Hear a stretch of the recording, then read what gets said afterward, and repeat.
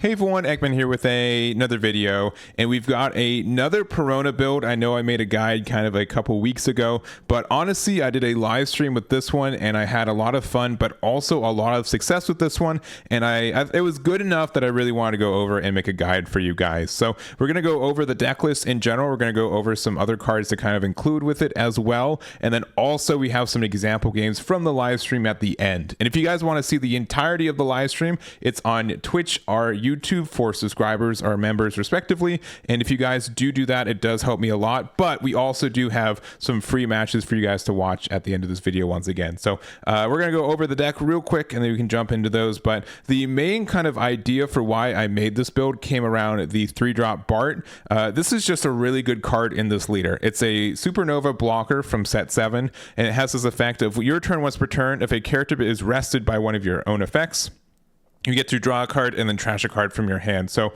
being able to give your leader like a temporary a Sakazuki effect is really, really helpful for Perona, because kind of based on like Sakazuki and Gecko Moria, two other black leaders that are really good at setting up their trash for plays like their 8-drop Moria or even their Rebecca. Not being able to get access to that because Perona has their just doesn't get cards into their trash as easy is really frustrating, especially since there's a lot of times we want these Ryumas in there for like our Gecko Moria plays, and it's not easy for that. So getting that cycle really helps the leader a lot. The fact that it's a Supernova kind of dictated like what does a Supernova build look like for Perona, and this is what I kind of came up with. So we added the Bonnies, we've got some Scratch Mana Poos, which honestly this one's pretty good, especially with cost reduction. If we need to get rest like 2 blockers kind of thing, we can use our leader effect for 1 and then Ice Age and then play the Scratch Mana Poo to get rid of this other one.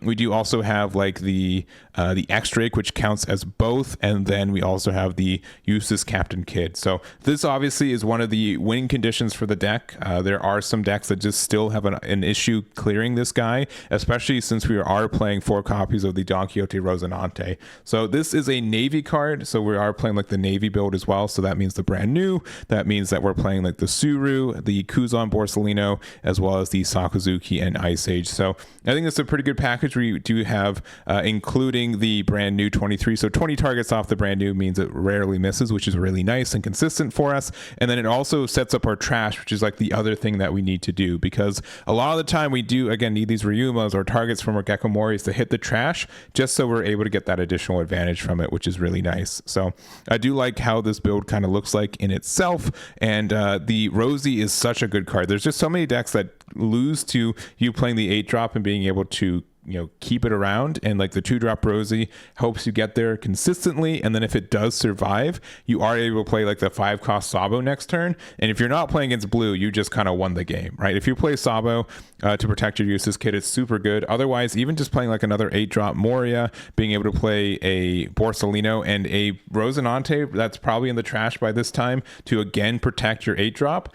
And kind of spoilers, the Rosinante protects you from being KO'd by literally anything. It can be effect, but also by battle. So if you already have 8-drop Kid established, being able to play Moria and being able to play the 2-drop means that even though it's rested, it's essentially still a blocker for your 8-drop Kid, which is really important for that scenario too. So being able to play 2 blockers off Moria to get that double defense is really handy. So that's kind of the idea for it. Again, we get a lot of cycle with this Bart, which means we get to see the pieces that we need a little bit more easy.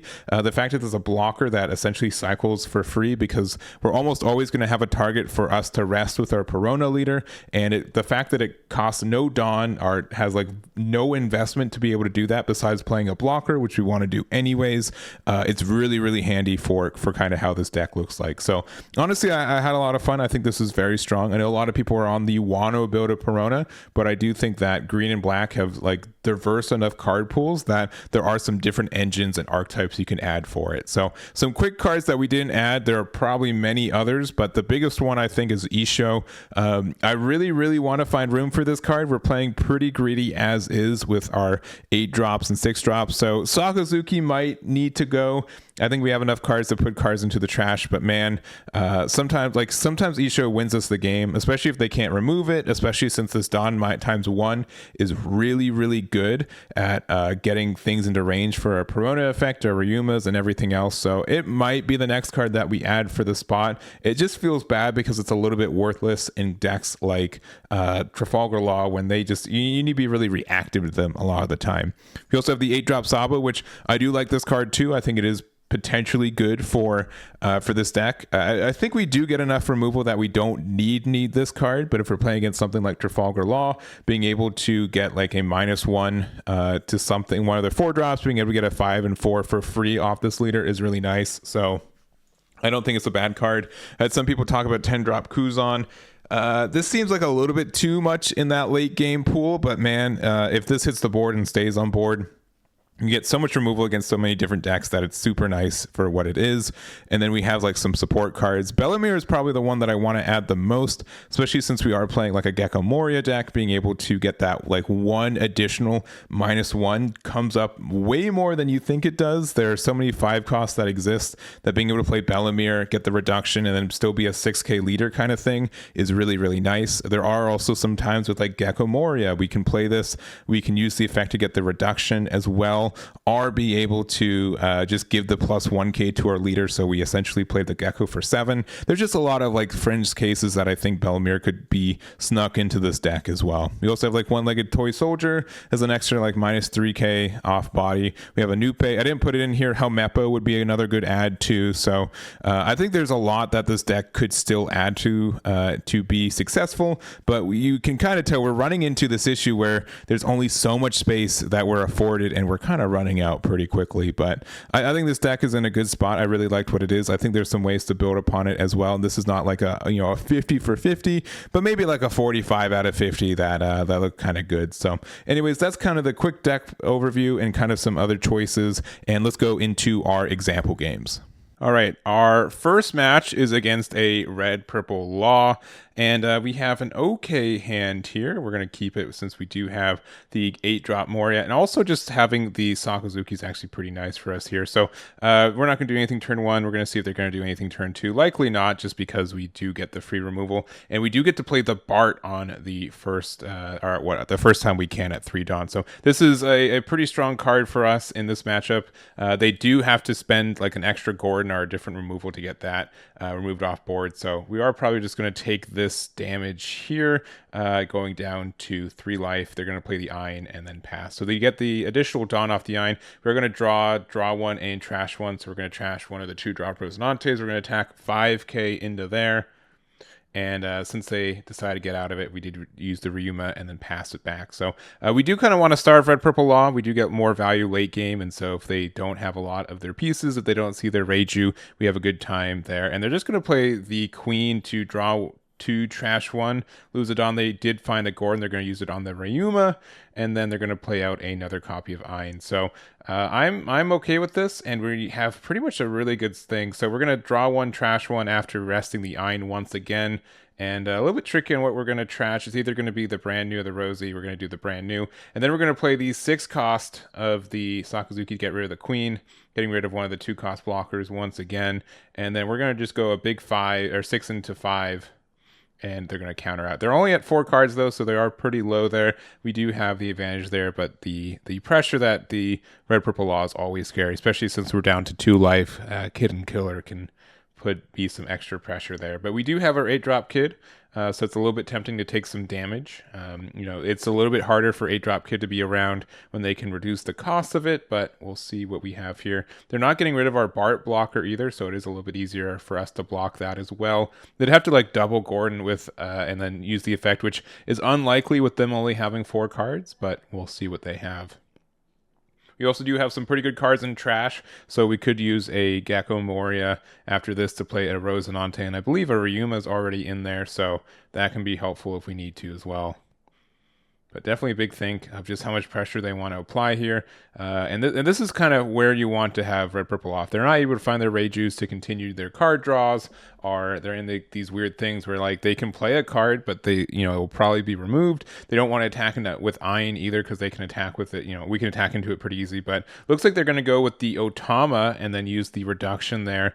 Use the leader effect to play out a Sachi Penguin to get some Dawn back. A big 5k, which we're just going to take, and then they're going to play the Sanji out. So now we're in kind of a weird spot. We're just going to go 5 into there. They're going to let it go. We're going to use our leader effect to rest the Sachi Penguin, attack into that as well. And then for 8, we're going to play the our Eustace Kid and then play the Rosie out. So they can get rid of the Rosie blocker if they want to, but they're going to lose 3 Dawn to do so. And we're in an okay spot. This is pretty much the turn. If they have Gordons and Raise Maxes, we might be in a tough spot. And if they don't, we probably win this game. Since we're going to be able to play Gecko Moria next turn, get a lot of value. We could also even just play Sabo and get some dead cards out of hand, get that recycling. Pretty good turn for us. But they're going to go a big 9 into our leader. We're just going to get the 1 block with the Rosie just while we still can. We have 2 Rosies on the brand new, so we don't actually have Ryuma in the trash, which is a little bit unfortunate, but we should be okay. And they're just going to pass from there. So there's a lot that we have available to us. I mean, honestly, playing 2 Rosies is not too bad, especially since they can block on defense. But we're going to start off with a simple 5, which they're going to take pretty easy. We're going to continue doing this. We're going to go 9 with leader into there. They're going to go down. We're going to play the Kuzan, and then we're just going to play the Sabo, draw 2, trash 2, get rid of some dead cards in hand. We're going to get rid of the Moria since we don't really have time for it. And then with the amount of cards that we have in hand and the blocker and the Useless Kid, it's going to be kind of tricky for them to actually go for game, which is really good. I mean, we have 3 2Ks and then 3 1Ks out of our 7 card hand. So it's going to be tricky for them to get what they need out of this. And then next turn, like if we can just attack with Kuzan, we're able to give a cost reduction to one of their blockers and then use our effect from our Perona to rest it too. There's also some chances that our 1-drop of the Scratch Mana Poo can come into play and get like a double rest. So we can use our leader effect for one of the 4 cost, attack with Kuzan, and then get like the additional rest afterwards, reducing the cost of like the Sanji or something. So that could be really nice. But they're really thinking here. I understand they finally get some card draw, but the situation's a little bit tough here. They're going to give -3 to our blocker, and then they're going to play out the Reiju, finally find the copy of that. And they could have like given the minus. Oh, they got another minus here. That's pretty big. So it's going to be a 5k Eustace Kid here. They can attack with their Sanji and with their leader. But we'll see what they decide to do. Yeah, big 9 there. I'm thinking about it. I think we can just get out of it, and if we do, we just win the game. Yeah, 2-2-1, and then if they play like a Kid and Killer, we're fine. But yeah, we get the block, the 6k there, and they concede, and that's that game. So we end up winning against the Red Purple Law. We'll go into our next game with the Enel, and this is a bit of a tricky matchup. We do have to be. We have to make sure we put more bodies on board, and we can kind of again starve them of resources, which I think Perona is really successful at doing at times. But they're going to start off with considering about doing a big 8k swing, and then I guess convince themselves out of it. And then we're going to play the Borsalino so it doesn't get hit by that Gadatsu. Just the way that they did not attack with it, 100% they have Gadatsu. So all right, fine. We're going to take the damage. That is okay with us. We're going to go a big 5 there. We're going to start with the... Oh, we got hit by the Raigo. That's so unfortunate. We're going to start with the brand new. We're going to get the Sakazuki to hand. We do lose a Useless Kid, which can be kind of impactful in this matchup. Sometimes we're going to play our Borso and pass from there. They have a Gadatsu. We knew this. We're gonna take the damage and go from there. We can do some plays. We can do like a reduction and rest the Gadatsu. We can just play the Sakazuki. Looks like we're gonna start off by using the Bonnie, and we're gonna use it to probably get the X-Drake, since we can get the Bonnie or the X-Drake. Yeah, looks like the X-Drake from there. So we're going to use the Suru effect to get the reduction. We're going to get the rest there. And then we're going to go 5 in the leader. And then we're going to get the Gidatsu out of there with the X-Drake, which gets immediately removed from the Yamato.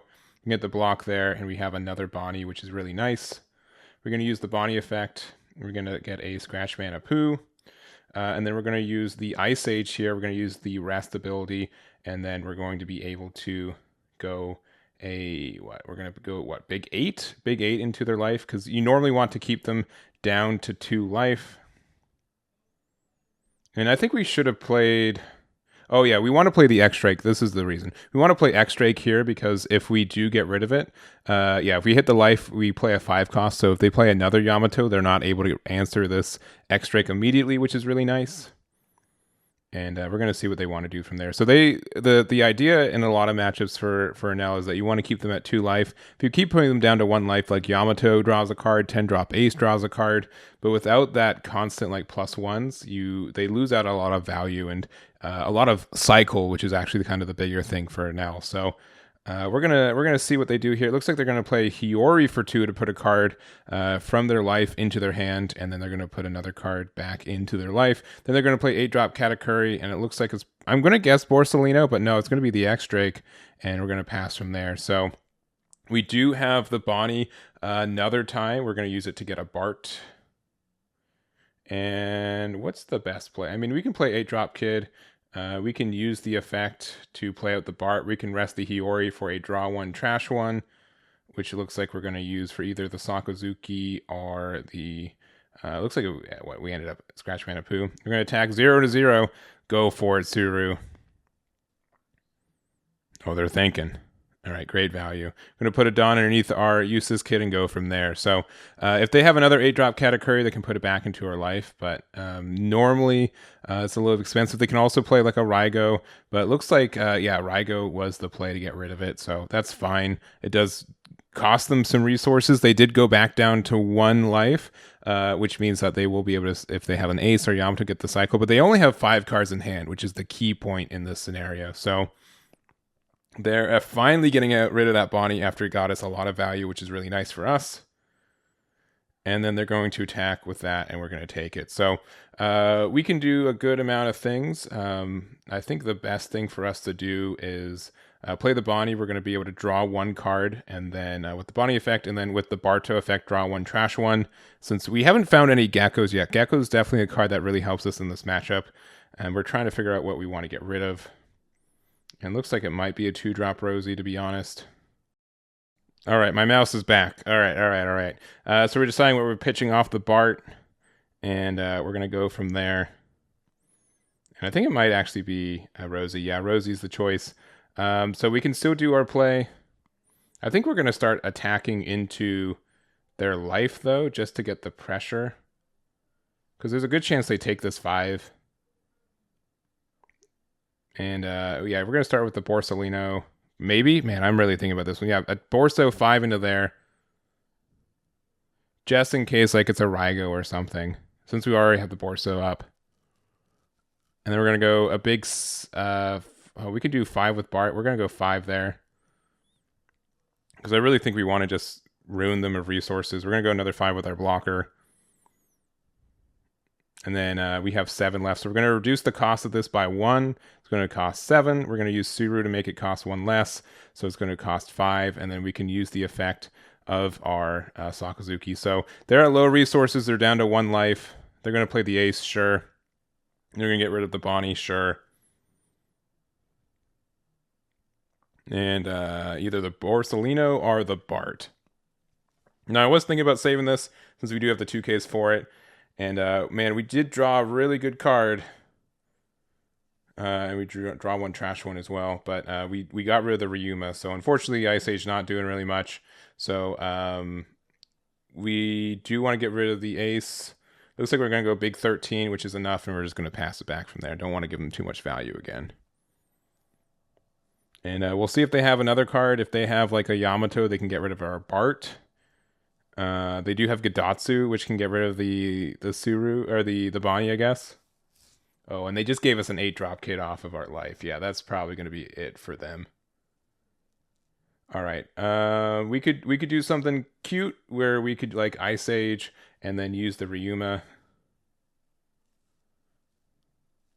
There's a lot of cute things we could be doing here. But I think we're not really worried about the Gadatsu. I think I'd rather keep my Ice Age just in case they have like a Katakuri kind of thing. But it is close. But being able to play the Rosinante and prevent like a Raigo play going in, I think is good. Yeah, but with them having 3 life, we also could just win on this turn, right? Or just pressure them down quite a bit. I think this is fine. We're going to go 5 and 7. If they want to take the additional card here, and also if they're at 3 life, they can't get rid of my Barto blocker. Yeah, Kikunojo, whatever. We're gonna go 5 with the Bart. If they don't get out of it, we get a 9k with Suru, which might make it. But I think we're gonna get a card out of their hand.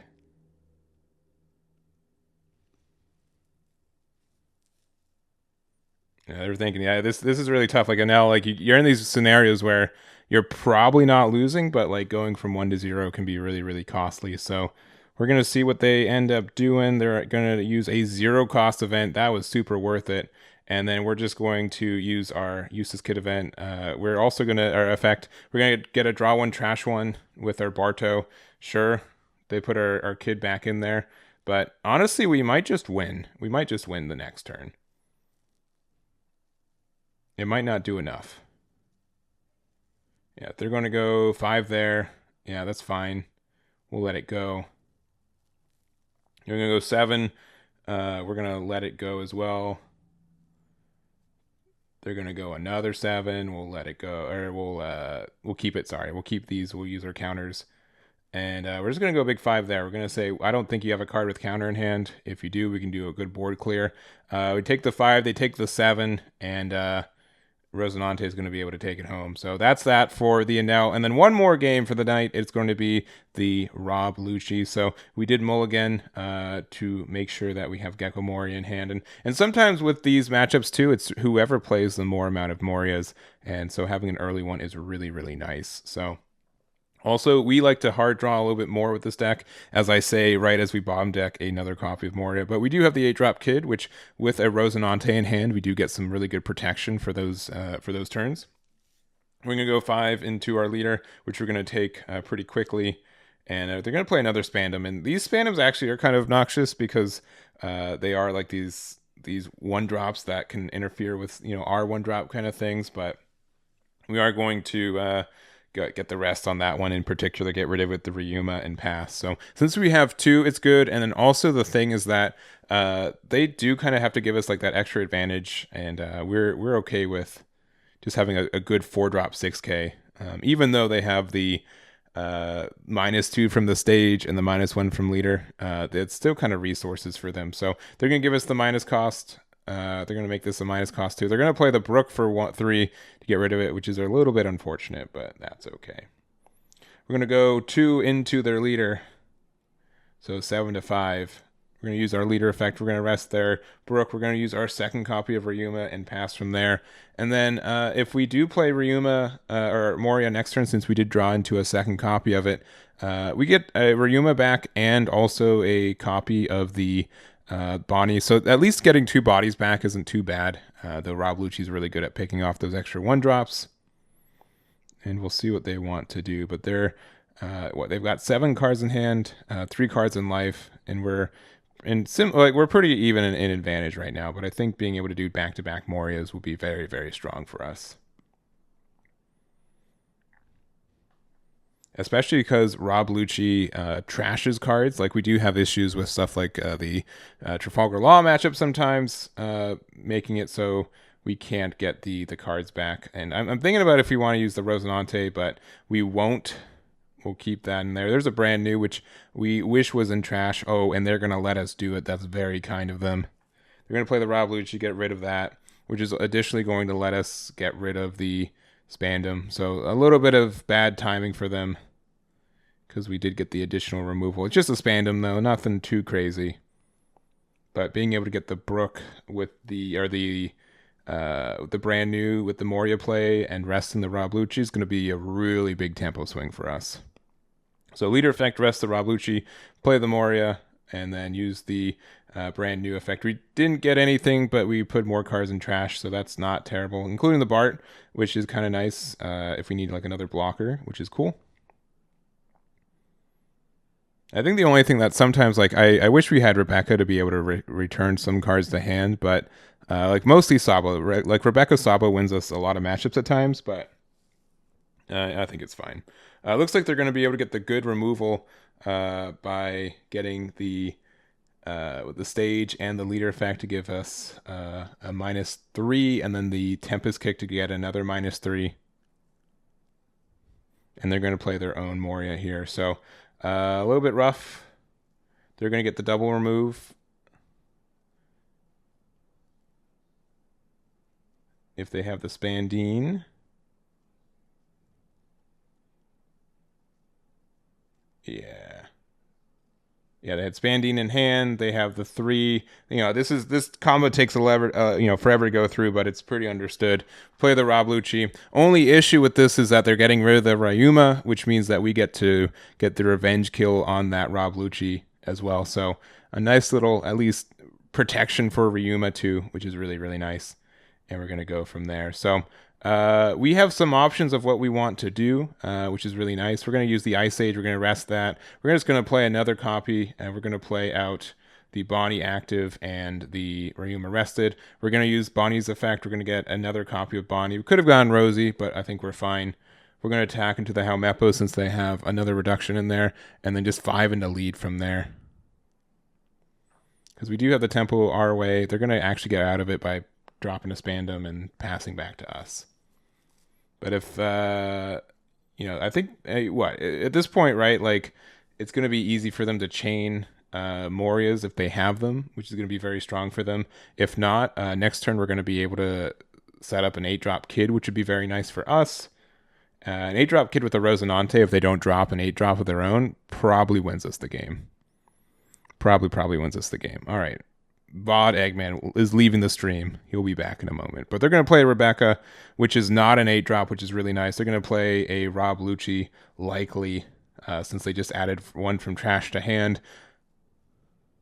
They're going to go 5 into the Bonnie there, which I will take and let go. They're going to Ice Age here.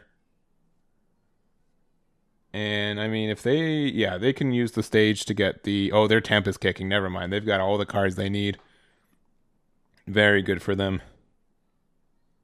The only thing is that they're using all this reduction, and I think we're going to have a good time with it. So I have a couple options here. I could just like get rid of the Rob Lucci and make sure that it's gone by using something like the resting and then the X-Drake. I'm not really afraid of these Rebeccas because we can really get rid of them whenever we want. And if I get rid of the Rob Lucci, I'm likely not losing next turn, which is feeling pretty good. So I have some options here. I think I'm going to take the Bonnie option. We're going to use the effect. We're going to find a Bart, which is really, really nice, which is what I was looking for. We're going to be able to get the rest on the Rob Lucci, get a draw one and trash one. And then we're going to use the X-Drake to get rid of that. We're going to go 5 into lead, which they're likely going to take, but instead of using the Rebecca while they still can, and going to pass it back to us. So I could have played 8-drop. I'm not sure if that's the right play or not, but it felt pretty good at the time. So I think we're rewarded, especially since, if they had an 8-drop, they would have played it last turn. And since they didn't, we got a little bit more advantage. So here's a deck list real quick. Someone asked about it, and someone was asking about alt arts, but there is on the site. If you press the star button, you can see alt arts of any of the cards that exist on there on the deckbuilder.eggman events. But anyways, unintentional plug aside, they're going to go big 6 after playing the Sabo, draw 2, trash 2, give protection to their cards. They're going to give a reduction to the Bart. I might just block with it, but I'm not really afraid. I think we're just going to take it. Yeah, oh, and we were rewarded, man. An 8-drop Moria is pretty nice. And they're actually just going to pass. So we're just going to quickly get the rest there. We're going to get draw 1, trash 1. We don't need Sakazuki anymore. We're going to have our brand new trade into the Rebecca, which is really good for us. We're going to go 6 into their lead. We're going to go another 6 into their lead. And then we're going to play our 8-drop kid and play the Rosie with it. So this is a really hard board for them to answer. Even with all the cost reduction that they have, we're in a really, really good spot. And then after this, we can play like an 8-drop Moria. It can play more copies of 2-drop Rosinante. If we're able to set up in like a scenario like this. Also, I mean, we have 4 2Ks in hand, right? Like we have, if they just put all the Dawn underneath one of their cards after getting rid of both of my blockers, which is pretty tough to do. What they can use, like if they have another Rob Lucci, use stage, get the reduction, get rid of the Bart and the Rosinante, and then play for a 6 into 11 to 8. We can get out of that with 2 2Ks very, very easily. All right, they're gonna play another Rebecca. They're gonna get that Rob Lucci. So that's probably fine. If they get rid of my blockers, that's probably their best play. But that's still a little bit unfortunate. Yeah, minus cost there. Rob Lucci. Got the removal of the Rosie and the Bart.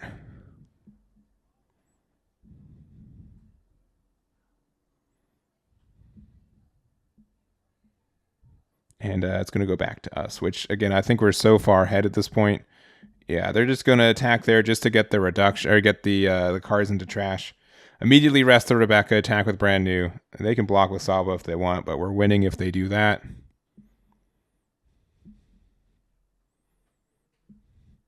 We're going to go 5 there. We're going to bait out cards out of hand or them to block with Sabo so we can get rid of it. Oh, they get the block there. Yeah. I will take it. Yeah, actually, it looks like we're just going to... Yeah, you know what? At this point... Yeah, just going 7 and 9, and then playing another Moria. Going to be pretty good. We have we have a Borso and a Rosie. Rosie can also technically block as rested based on its own effect. It's going to be very hard for them to remove this board. And if they want to try to stay around with Sabo, we can just simply use the Suru to get the rest on the Sabo and then go a big 14k into life with leader. So I think this is a good checkmate position for this deck. And if you're playing against Rob Lucci, if we're able to get like greedier with their top end, we can get we can set up like a really good 8-drop kit after they use a lot of their removal. And if we set up our Rosinantes too. They're going to start off with the Tempest kick though, get -3 cost to the Gecko, which they should be able to get the removal on that guy. It is costing 5, and they can make it cost 6 or cost 2 with the additional 3 removal from the stage and the leader. But again, they're not really doing much. If their entire turn is just removing the Moria, I think we win this. All right, -5. We're going to play the Kaku to get rid of it. And yeah, from there they're going to probably put 4 Dawn on their Lucci, go 10 to 8. I'm just going to use the effect of the 2-drop Rosie, and I think they're probably going to concede from here. So that's it. We get the game. We're going to put the GG in chat. We're going to get the GG back. We're going to get the GG back. We're going to get the GG back. No dice. Oh, well. Anyways, this is the deck. I think this is a really cool build. I think that a lot of decks win, like you win against a lot of decks with the 8-drop kid, and so being able to find it more consistently and like what the Perona gets to do with its leader effect and everything. You get a lot of cycle with the Bart. I really like this build. It's really, really fun. I know a lot of people are on the Wano build, but I wanted to show off this build and just do something a little bit different. So if you guys made it this far in the video, you must like these videos, so please make sure to hit that like and subscribe if you haven't already. Thank you guys so much for watching, and I'll catch you all next time.